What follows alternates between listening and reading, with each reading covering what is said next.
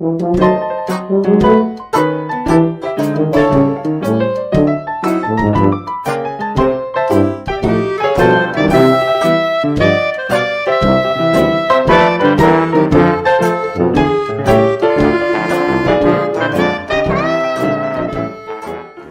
everybody, it's Grandmama with another story from our Hometown Scrapbook by Ben Weatherwax.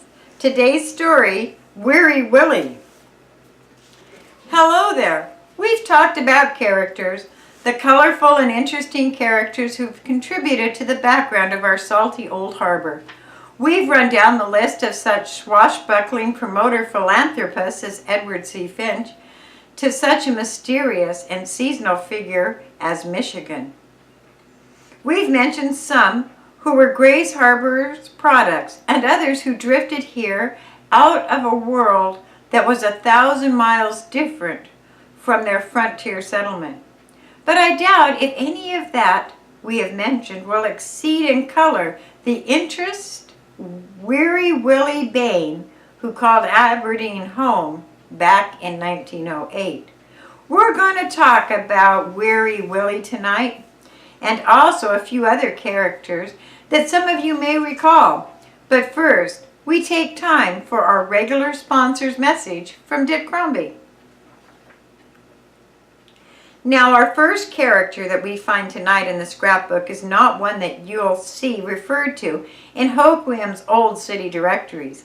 He is probably listed nowhere in the records of the city of Hoquiam, unless it might be in an ancient file of police records or in the sexton's book at the cemetery. He was not one to put himself before the public in an official way, and as far as I can determine, no one in Hoquiam, in Aberdeen or Cosmopolis, all of which towns he knew well, ever learned his full name. To most of the population he was just Weary Willie. His occupation, if it can be said that he had one, was a swamper, the clean-up man in a saloon, and early risers in Hoquiam would often see Weary Willie swamping out one of the grog houses that provided him with work. His bent back stooped over a mop and a bucket, or his flying fingers putting a shine on a brass cuspidor.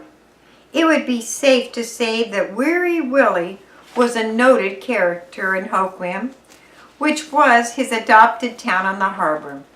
Those who did not know him by sight at least knew him by his droll title, and many stories were passed around of the doings of this tragic comic hobo, around whom hung an aura of mystery, and whose life ended up in a tearless tragedy that provided the harbor with a quaint but sad little story to mull over back in 1908.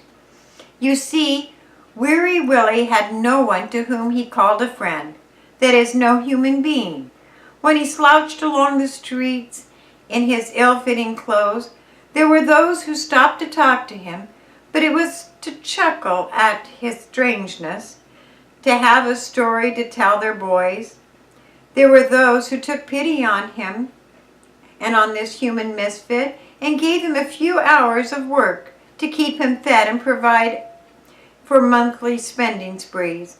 But there were friends only in that they were kind people who were friends of all mankind, humanitarians in a rough way.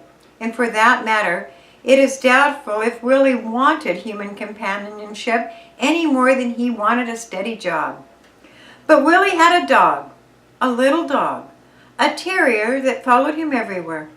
Willie taught it tricks. When Willie slept behind a signboard in a vacant lot or stumbled to a stupor behind some Hoquiam baristo, the little dog stood guard over him or snuggled against his body and slept too.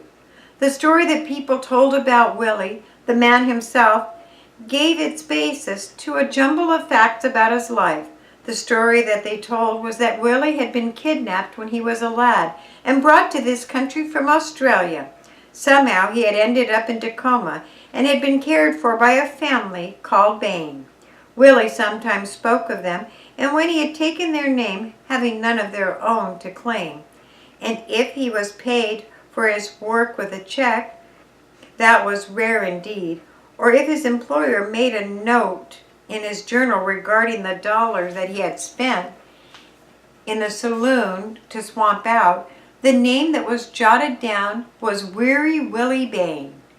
Well, in October 1908, the 7th to be exact, when workmen at the gravel bunkers on Levy Street came to work one morning and saw a man laying down beneath the bunkers, apparently asleep, the little dog stood near. One of them thought he recognized the still form as that of Weary Willie, and he called out to the man to move before he was endangered by the activities around the bunkers. But the form remained still. The workman climbed down from the bunker and walked around the low side to waken the sleeper. But as he approached the man, the little dog set up a fierce barking and rushed at the workman.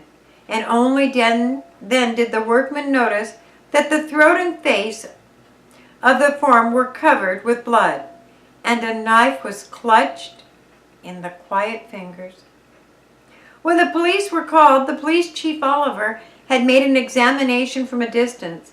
It was concluded that the man was dead, but none could approach the body. The little dog attacked with a fierceness that left no mistake as to his intent, and none of them, police or workmen, wanted to tangle with that little dog. Finally, one of the workmen thought of a ruse. He went out onto Levy Street looking for another dog.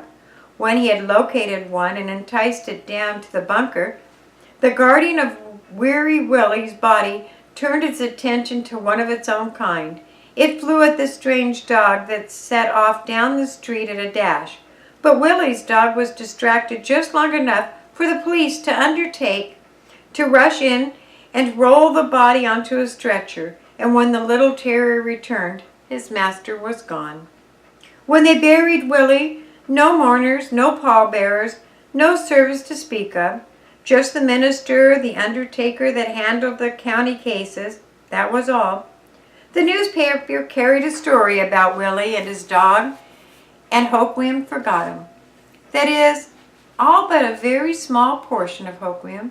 The workmen at the gravel bunker did not forget him, for when they came to work each morning for weeks and weeks, there, in the exact spot where Weary Willie had breathed his last breath, where the poor lonely Rascals had taken his own life, there sat the little dog, waiting for Willie to return.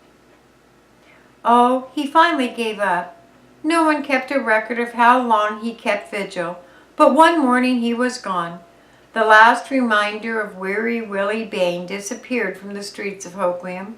The dog, who was a friend to a man who had no friends, was not seen from that day on. And as far as we learn, Weary Willie Bain became only a memory of a quaint and colorful figure that people recalled humorously, and then somehow felt ashamed of their mirth and thought of the little dog who did more for Weary Willie than any man had ever done. He was a friend. Now, Dick, a few words from our sponsor. Do you remember Dad Reynolds? If you lived in Grays Harbor back in the early 1900s to the 1920s, you will surely recall that gallant little fellow whose life began and ended with his horses. Dad Reynolds, William Reynolds was the name he signed, but Grays Harbor knew him best as Dad.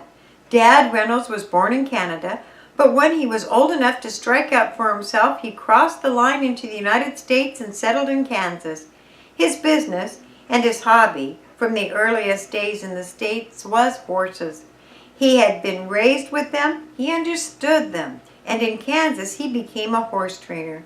He worked for breeders training their animals to the popular gaits and making good horses more valuable with his thorough and effective training. Dad Reynolds lived a long and eventually full life in Kansas, and at a time when most men are giving up the uneven struggle and settling back into retirement, he struck out for the West. He was 76 years old.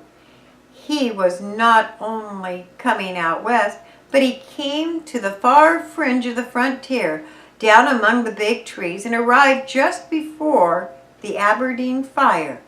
He took a job at the West Slade Mill as a laborer and had enough fire and dash left to outwork the lot of younger men. But he hadn't come west to work in a sawmill. He wanted to be back with horses, and as he got on his feet, he settled amongst friends. He acquired horses, an animal to train, to care for, and to teach new tricks. When the job of watchman at the mill opened, Dad Reynolds took that. By this time, his family had followed him west. His daughter and his grandchildren, the pioneer Davidson family of Aberdeen and Montesano, active in the grocery, furniture, and automobile business of the harbor in the early days, and now Dad Reynolds, who was an independent at 80, as most men at 25, went into his own business. It was the early teens, and the automobile was making inroads on the small number of horses that had been brought to Grays Harbor, and Dad Reynolds didn't like that. So he began to acquire riding horses wherever he found a good steed, and there wasn't an eye on Grays Harbor that was better able to judge good horse flesh. Dad Reynolds acquired it. At first, he kept his horses in the Old West Slade barn in East Aberdeen, and what started out to be a stable of 2 or 3 grew to a dozen. At the age of 85, he was training his horses, conducting riding classes for the ladies of the town, and was considered one of the best horsemen in the country. At 90, he was still going strong. He called on his friends, riding one of his favorite mounts through the city. You could follow Dad Reynolds from place to place in Hoquiam or Aberdeen as he visited and conducted business, by his horse being tied up by the telephone pole to a fence rail or a gate. Dad Reynolds understood horses.